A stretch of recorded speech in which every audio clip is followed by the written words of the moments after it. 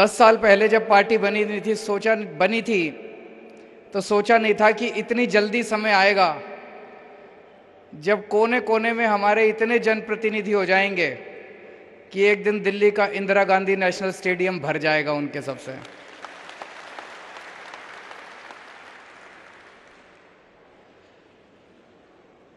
छब्बीस नवंबर 1949 को देश की कॉन्स्टिट्यूएंट असेंबली ने देश के संविधान को एडॉप्ट किया था। हमारे देश की कॉन्स्टिट्यूएंट असेंबली बनी थी, उसने कई महीनों तक काम करने के बाद देश का संविधान बनाया और 26 नवंबर 1949 को देश का संविधान एडॉप्ट किया गया। अगले 60 साल में इन पार्टियों और इन नेताओं ने मिलकर उस संविधान के चीथड़े चीथड़े उड़ा दिए। उसकी बेइज्जती करने की, उसके चीथड़े उड़ाने में कोई कसर नहीं छोड़ी इन पार्टियों और नेताओं ने। तो फिर भगवान को बीच में आना पड़ा और ठीक 63 साल बाद 26 नवंबर 2012 को आम आदमी पार्टी बनी इस देश के संविधान को बचाने के लिए।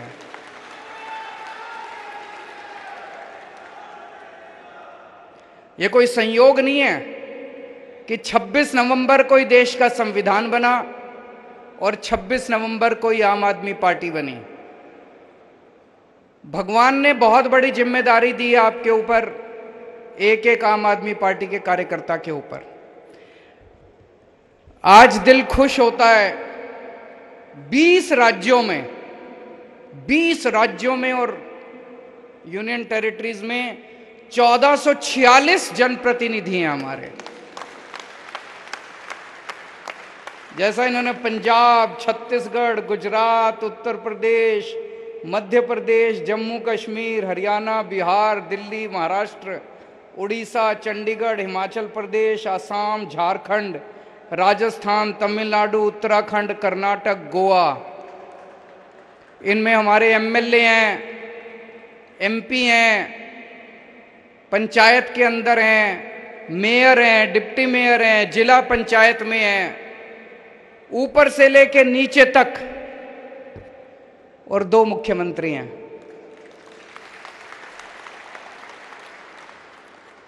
ये सारे एक तरह से हर राज्य के अंदर हमारे बीज हैं। हर राज्य के अंदर भगवान ने बीज बो दिए आम आदमी पार्टी के। हर राज्य के अंदर भगवान ने बीज बो दिए इस देश को विकास करने के लिए। अब ये बीज पेड़ बनेंगे। दिल्ली में पेड़ बन गया,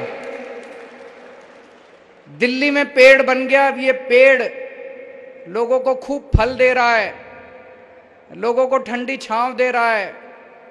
पंजाब में भी पेड़ बन गया, पंजाब में भी अब ये पेड़ आम आदमी पार्टी का लोगों को खूब ठंडी हवा दे रहा है, छांव दे रहा है, फल दे रहा है। अब गुजरात में भी पेड़ बनने वाला है। गुजरात के कई सारे बीज आए हुए हैं वहां पे। 1.5 साल पहले गुजरात के अंदर 27 बीज भगवान ने बोए थे आम आदमी पार्टी के। वो पेड़ बनने वाला है गुजरात में, आम आदमी पार्टी की सरकार बनने वाली है।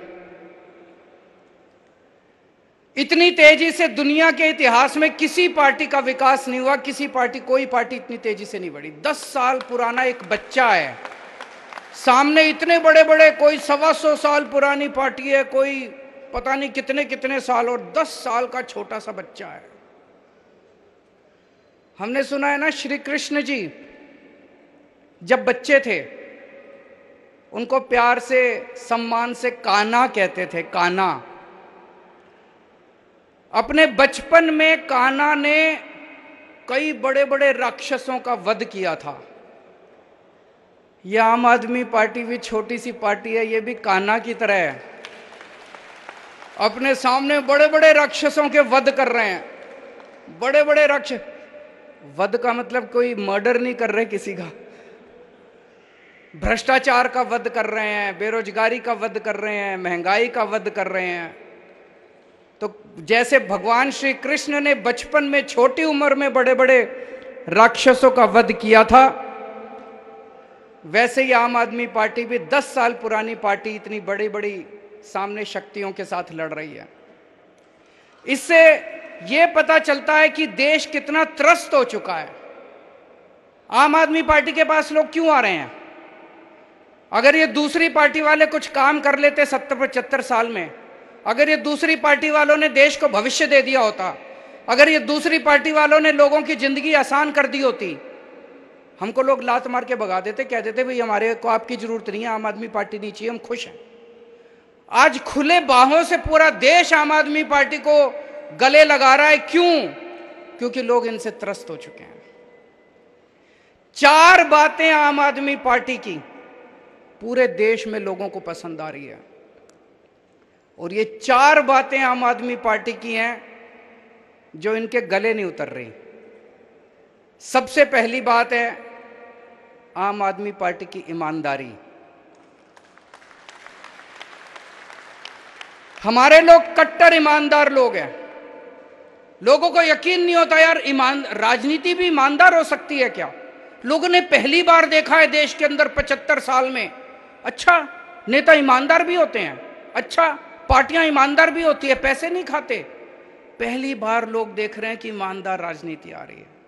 इसलिए बार बार कहते हैं, पहले कीचड़ फेंकेंगे, फिर कहेंगे अपने आप को ईमानदार कहने वाला अरविंद केजरीवाल। तो ये भी कहते हैं कि केजरीवाल ईमानदार है। तो एक है ईमानदार राजनीति, इनसे संभल नहीं रही है ईमानदार राजनीति, और देश के लोगों को बड़ी पसंद आ रही है। ये कितना भी कीचड़ फेंके, लोगों को यकीन ही नहीं हो रहा। पूरे देश में सब कहते हैं यार ये तो झूठ बोल रहे हैं। दूसरी चीज है शिक्षा। शिक्षा के ऊपर जो हमने काम किया, आज तक ये नेता, इन्होंने कभी स्कूल की तरफ आंख उठा के नहीं देखी थी। और इनमें से कई नेता तो ऐसे जो बचपन में भी स्कूल नहीं गए थे। अब मुझे बड़ा अच्छा लगा, गुजरात के अंदर इनके एक देश के बहुत बड़े नेता 4 स्कूलों का उद्घाटन करने के लिए दिल्ली से गए थे। स्कूलों की बात करनी पड़ रही है इन लोगों को, इनको अच्छा नहीं लग रहा। इन्होंने कभी जिंदगी में स्कूलों की बात नहीं करी। तीसरी, और लोगों को बड़ी पसंद आ रही है। जनता क्या चाहती है यार? जनता यही तो चाहती है हमारे बच्चों को अच्छी शिक्षा मिल जाए, हमारे बच्चे बड़े होकर कुछ बन जाएं। तीसरी चीज है स्वास्थ्य सेवाएं। पूरे देश के अंदर चर्चा हो रही है आज मोहल्ला क्लिनिक की, दुनिया के अंदर चर्चा हो रही है मोहल्ला क्लिनिक की, दिल्ली के शानदार अस्पतालों की। दिल्ली में सबका इलाज मुफ्त कर दिया। ये भी इनसे, अभी इनके एक और मुख्यमंत्री हैं, पहली बार मैंने उनके मुंह से सुना, मेरे को स्कूल और अस्पताल बड़े अच्छे लगते हैं, मैं जब भी जाता हूं किसी जिले में मैं स्कूल और अस्पताल में जरूर जाता हूं। पहले तो नहीं गए कभी, अब जाना पड़ रहा है तुम लोगों को। और चौथी चीज है फ्रीबी। ये भी भारत की राजनीति में आम आदमी पार्टी ने फ्री भी इंट्रोड्यूस किया है, फ्री की रेवड़ी। ये इनसे ना रेवड़ी खाते बन रही है ना रेवड़ी उगलते बन रही है। कहते हैं ये 4 चीजें हैं, ईमानदार राजनीति, शिक्षा, स्वास्थ्य, फ्रीबी। कहते हैं फ्रीबी करने से सरकार घाटे में चली जाएगी, जनता को फ्री की सुविधाएं नहीं मिलनी चाहिए। गुजरात पे 3.5 लाख करोड़ रुपए का कर्जा है। गुजरात सरकार ने तो आज तक कुछ भी फ्री नहीं दिया, फिर ये कर्जा कहां से चढ़ गया जी? फिर तो कर्जा नहीं चढ़ना चाहिए था, उन्होंने तो कुछ भी नहीं दिया फ्री में, तो ये कर्जा कहां से चढ़ गया? सारा पैसा लूट के खा गए, इसलिए कर्जा चढ़ गया। कर्जा फ्रीबी से नहीं चढ़ता, कर्जा लूटने से चढ़ता है। पंजाब के ऊपर अभी हमने सरकार संभाली है, 3.5 लाख करोड़ का कर्जा है। पंजाब को तो कुछ नहीं दिया था पिछली सरकारों ने फ्री में, फिर यह कर्जा कहां से चढ़ गया? देश की हर सरकार के ऊपर लाखों करोड़ों का कर्जा है, उन्होंने तो कुछ भी नहीं दिया था फ्री में, फिर यह कर्जा कहां से चढ़ गया? और दिल्ली वालों को सब कुछ फ्री में मिल रहा है, फिर भी कर्जा नहीं है दिल्ली सरकार के ऊपर।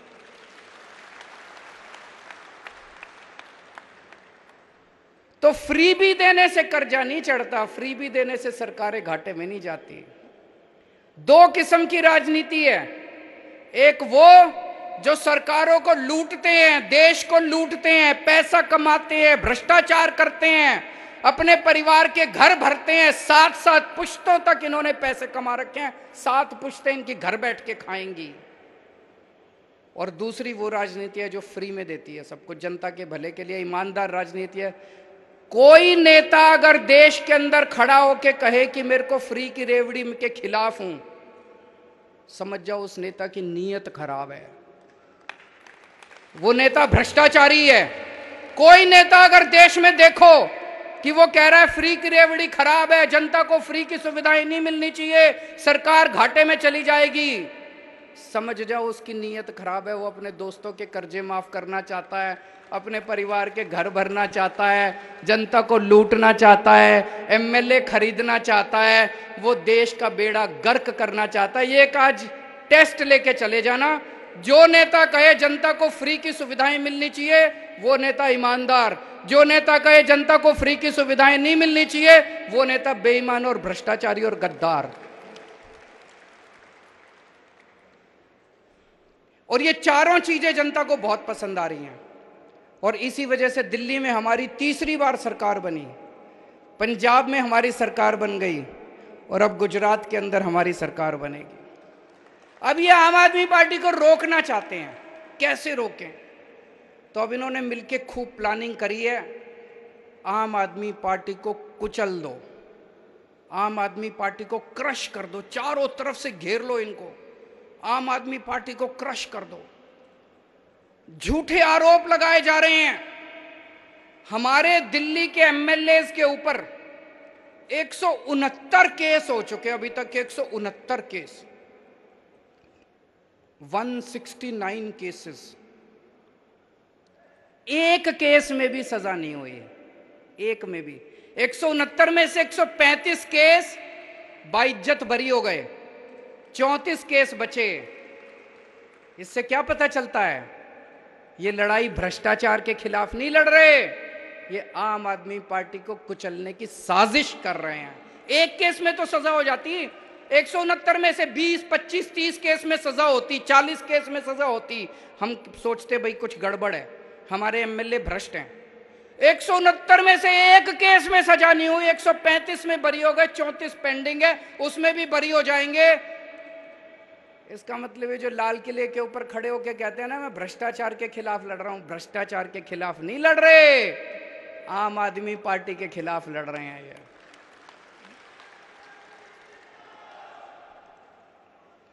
सतिंदर जैन जी किसी और देश में होते ना, उनको भारत रत्न दे देते। उस आदमी ने मोहल्ला क्लिनिक दिया इस देश को, जिसकी पूरी दुनिया में चर्चा है। यूएन के सेक्रेटरी जनरल ने आके कहा कि मोहल्ला क्लिनिक सारी दुनिया को अपनाना चाहिए। उस आदमी ने फ्री बिजली का इजाद किया, उसी ने निकाला आइडिया कि बिजली फ्री भी दी जा सकती है। उस आदमी ने पूरी दिल्ली को फ्री इलाज दिया। आज दिल्ली के अंदर जो हर आदमी को फ्री इलाज मिल रहा है उसकी वजह से मिल रहा है। उसको 3 महीने से इन्होंने जेल में डाला हुआ है, और अभी पिछले 3 सुनवाई से जज बार बार पूछ रही है सीबीआई वालों से, ईडी वालों से, भाई कोई सबूत तो दिखा दो, इसका कसूर क्या है? पढ़ा होगा आपने अखबारों में। जज ने 3 हेयरिंग में पूछा कि कोई तो सबूत दे दो, एक तो सबूत दे दो इसके खिलाफ। वो एक भी सबूत केंद्र सरकार नहीं दे पाई। तो 3 हेयरिंग के बाद केंद्र सरकार आके कहती है ये जज अच्छा नहीं है, जज बदलो। शर्म की बात है, ये हो क्या रहा है इस देश, ये देश के अंदर हो क्या रहा है? कहते हैं जज अच्छा नहीं है, जज बदलो। और अब इन्होंने एक और नया पैंतरा शुरू कर दिया। सतिंदर जैन के घर रेड मारी, कुछ नहीं मिला। उसी दिन इन्होंने किसी और ज्वेलर के यहां रेड मारी, उसके यहां कैश मिला।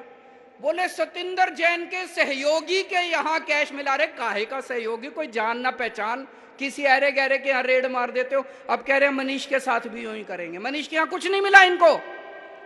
मनीष के घर रेड मारी, बोले 144 करोड़ रुपए खा गया, कोई बोला 1000 करोड़ रुपए खा गया। कपड़े देख लो इसके।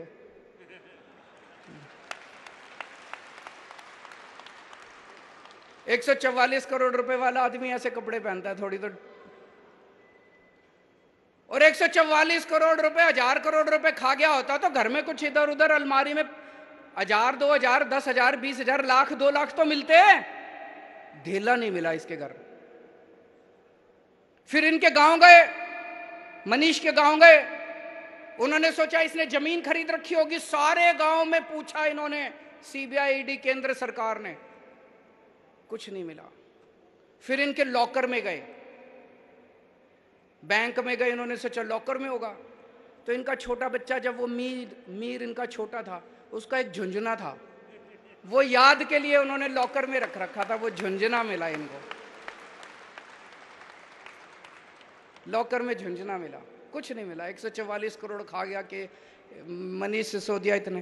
अब इन्होंने प्लानिंग करी है, अब एक दिन ये रेड करेंगे, 5-7 ऐरे गहरे नत्थु गहरों को पकड़ लेंगे और फिर कहेंगे मनीष सिसोदिया के सहयोगी के यहां मिले, मनीष सिसोदिया के सहयोगी के यहां मिले।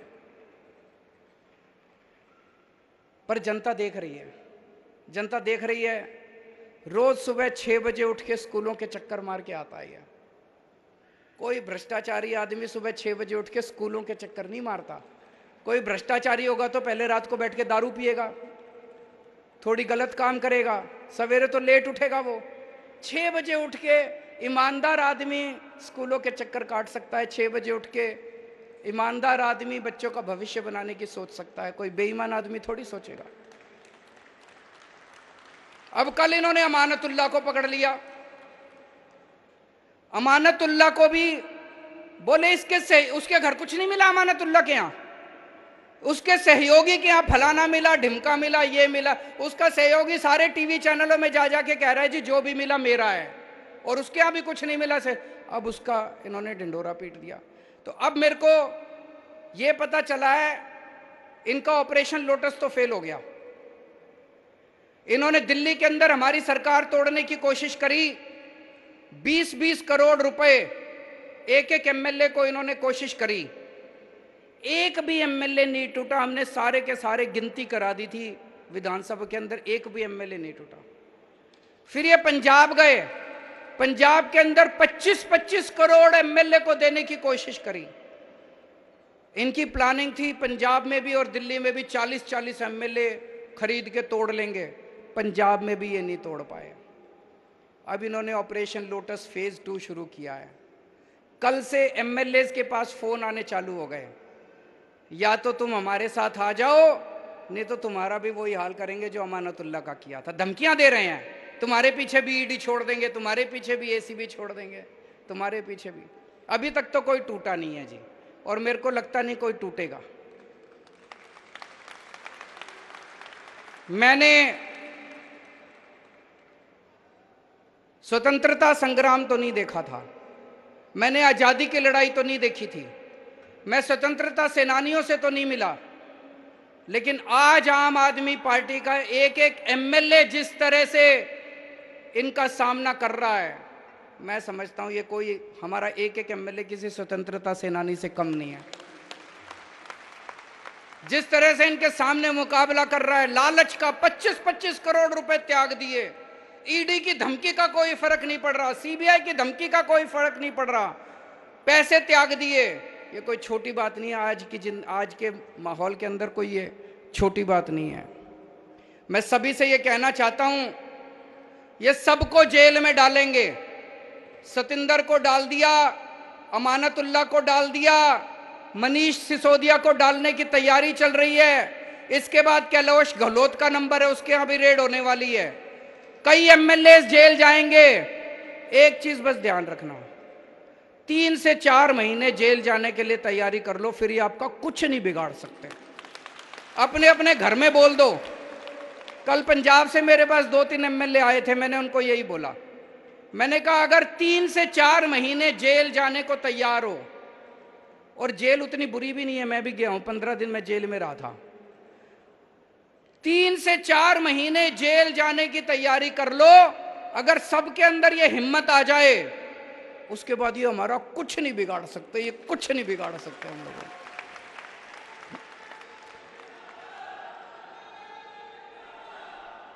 इन्होंने अभी तक पूरे देश में 285 एमएलए खरीदे हैं, 285 एमएलए। कोई कहता है 50 करोड़ दिए, कोई कहता है 40 करोड़, कोई 25 करोड़। कम से कम 7 से 8 हजार करोड़ रुपए इन्होंने एमएलए खरीदने में खर्च कर दिए। 7 से 8 हजार करोड़ कहां से आया इतना पैसा? कहते हैं भ्रष्टाचार हम कर रहे हैं। अरे भ्रष्टाचार तो तुम कर रहे हो, तुम लूट रहे हो जनता को, सारी देश को लूट लिया, लूट लूट के एमएलए खरीदते हो, खुलेआम खरीद रहे हो, और फिर भी तुम्हारी हिम्मत हो जाती है लाल किले पे खड़े होके कहने की कि मैं भ्रष्टाचार से लड़ रहा हूं। पूरे देश में एमएलए खरीदते फिर रहे हो, करोड़ों रुपए में एमएलए खरीदते फिर रहे हो, और तुम्हारी हिम्मत हो गई कहने में भ्रष्टाचार से लड़ रहा हूं। मुझे लगता है सबसे ज्यादा 75 साल में सबसे ज्यादा भ्रष्टाचार इनकी सरकार ने किया है।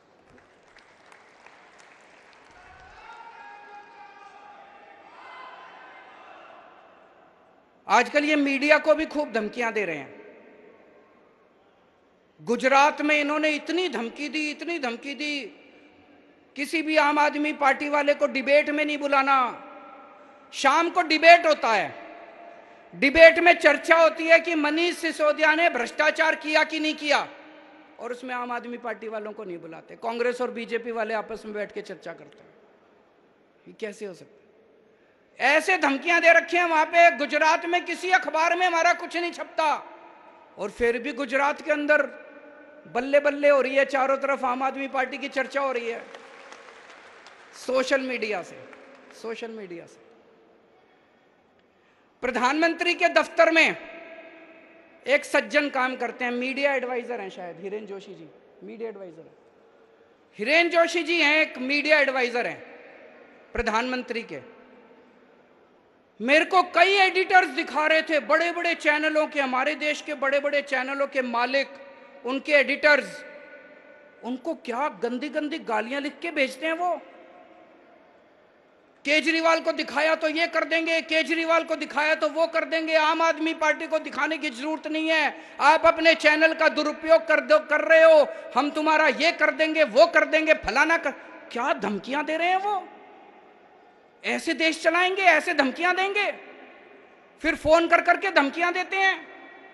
मैं आज यहां से हिरेन जोशी जी को एक ही चीज कहना चाहता हूं, अगर किसी ने आपके स्क्रीनशॉट, जो जो आप इनको मैसेज भेज रहे हो, इन्होंने सोशल मीडिया में डाल दिए, आप भी और प्रधानमंत्री जी शक्ल दिखाने लायक नहीं बचोगे इस देश के अंदर। और ये जो आप धमकियां देते हो ना, कईयों ने रिकॉर्डिंग करके रख रखी है आपकी।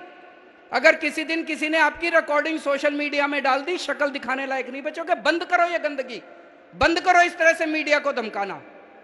और अब केवल मीडिया के भरोसे नहीं रहा, देश ने सोशल मीडिया के ऊपर, जनता अब सोशल मीडिया के ऊपर आ गई है। सोशल मीडिया के जरिए ऐसे देश आगे नहीं बढ़ेगा दोस्तों। हम सबको मिलके भारत को दुनिया का नंबर 1 देश बनाना है। बनाना है कि नहीं बनाना है? भारत दुनिया का नंबर 1 देश केवल भाषणबाजी करने से नहीं बनेगा। विदेशों में भाषण करके आ जाओ और कह दो हम विश्व गुरु बन गए, ऐसे विश्व गुरु नहीं बनेगा। एक एक बच्चे को अच्छी शिक्षा देनी पड़ेगी, तब भारत दुनिया का नंबर 1 देश बनेगा। भारत को दुनिया का नंबर 1 देश कोई एक आदमी नहीं बनाएगा। जब इस देश का एक एक बच्चा अच्छी शिक्षा पाएगा, तभी भारत दुनिया का नंबर 1 देश बनेगा। मेहनत करनी पड़ेगी उसके लिए, मेहनत करनी पड़ेगी उसके लिए। अभी प्रधानमंत्री जी ने ऐलान किया कि 14,500 सरकारी स्कूल ठीक करेंगे। बहुत अच्छी बात है, मैंने बधाई दी उनको। पर 5 साल में 14,500 सरकारी स्कूल ठीक करोगे? देश में 10.5 लाख सरकारी स्कूल हैं। सारे स्कूल ठीक करते करते तो 500 साल लग जाएंगे। अब ये देश रुकने को तैयार नहीं है, देश बेचैन है, देश बहुत बेचैन हो रहा है। 5 साल में सारे सरकारी स्कूल ठीक करने हैं।